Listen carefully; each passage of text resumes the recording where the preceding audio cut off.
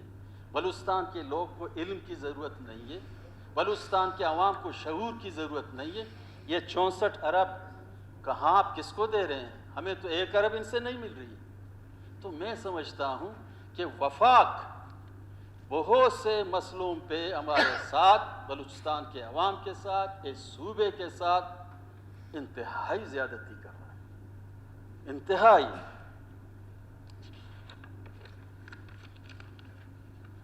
Budget میں 10 ارب ٹڈی دل، ہم اور آپ مدک بولتے ہیں، 10 ارب۔ اس 10 ارب میں تو بلوچستان کا سب سے بڑا زمین اس وقت آدھا پاکستان بلوچستان ہے، اور یہ ایگریکلچر زون بھی ہے بلوچستان۔ پورا ہماری فصل، ہمارے زمیندار سارے رو رہے ہیں، بیچارہ کسی کو اس وقت ڈیمانڈ کر رہے ہیں ہماری گورنمنٹ سے، جام صاحب سے، کہ ہمارے ساتھ تعاون کیا جائے۔ آپ کے اپنے ڈسٹرکٹ کے جتنے بھی فصل ہیں وہ بھی تباہ ہوئے، ہمارے پنجگور کے بھی تباہ ہوئے، قلعہ عبداللہ کے بھی، پورا بلوچستان میں نقصانات ہوا۔ لیکن ہمارے لیے پیسوں میں کتنے آئیں گے آنے والے وقت بتائے گا۔ وفاقی ترقیاتی پروگرام کے لیے 650 ارب، ٹھیک ہے 650 ارب رکھے ہیں، ملک ہے، ہمارا ملک ہے، پاکستان ہے، لیکن اس پاکستان میں بلوچستان اس ملک کا آدھا رقبہ ہے، یہ ایک سچ ہے، ایک حقیقت ہے، آئین میں لکھا ہوا ہے۔ اس میں کیا ہوا؟ ہمارے تو جتنے سکیم ہیں ان کی کٹوتی کی گئی، کھٹ لگایا گیا۔ کیوں؟ جناب اسپیکر صاحب، ہم نے اس فلور پہ کہیں قرارداد پاس کی ہے؟ متفقہ طور پہ جو ہماری قرارداد تھی وہ 1000 سے بھی زیادہ ہیں۔ متفقہ طور پہ قرارداد کا مقصد ہی یہی ہے کہ بلوچستان کے 1,25,00,000 عوام ڈیمانڈ کر رہی ہے وفاق سے، لیکن ان قراردادوں کا کوئی اہمیت نہیں، آج تک بھی کوئی اہمیت نہیں ہے، جو جی چاہتا ہے وہی کرتے ہیں۔ سماجی شعبے کے لیے بہتر سے بہتر منصوبہ بنانے کی خاطر وفاق نے 249 ارب روپے رکھے ہوئے ہیں۔ یہ سماجی شعبے ہمارے تو یہاں نظر ہی نہیں آتے، جو سوشل سیکٹر میں وہ دیکھنا چاہتے ہیں کدھر ہے یہ پیسے؟ ہم انتظار کر رہے ہیں لیکن نہیں آتے ہیں، یہاں تقریر کر کے پھر چلے جاتے ہیں۔ اسی طریقے سے اس دوران جو لاک ڈاؤن ہوا، جو چھوٹے کاروباری یا بڑے کاروباری لوگوں کو جو نقصان ہوا، جناب اسپیکر صاحب وفاقی گورنمنٹ نے 800 ارب ان لوگوں کے لیے رکھے جو ان کو اس دوران نقصانات ہوئے۔ ہم بینک میں جائیں، کہیں قلعہ عبداللہ والے کو کوئی پیسہ نہیں مل رہا ہے، کہیں پنجگور والے، خاران والے یا بیلا والے یا آوارہ والے کو یہ پیسے نہیں مل رہے ہیں۔ سال پورا ہوگی، یہ 800 ارب میں اب چیک کریں بلوچستان کے عوام کو کتنا، یہ زیادتی ہے انتہائی۔ وفاقی سبسڈی میں 260 ارب، یہ قسمت میں دے رہے ہیں، کس کو دے رہے ہیں، کہاں خرچ ہو رہے ہیں، ہماری حصہ اس میں کیا ہے؟ جناب اسپیکر صاحب مایوسی ہے، حد سے زیادہ مایوسی ہے۔ تو اسی حوالے سے وفاقی گرانٹس 820 ارب روپے رکھے ہوئے ہیں۔ مجھے یاد ہے کہ اسی دوران جو کورونا کا سلسلہ چل رہا تھا، وبا کا، وزیر اعظم صاحب یہاں آئے، ہم نے ڈیمانڈ کیا کم از کم کہ ہماری جو بارڈر ہیں افغانستان کے، چمن کے، پنجگور کے، وہاں تفتان کے، وہاں مند کے، یہ بیچارے انتہائی تکلیف سے ان کی گزارا ہو رہی ہے، یہ ڈیلی ویجز والے ہیں، آپ 25 ارب روپے کا اعلان کریں،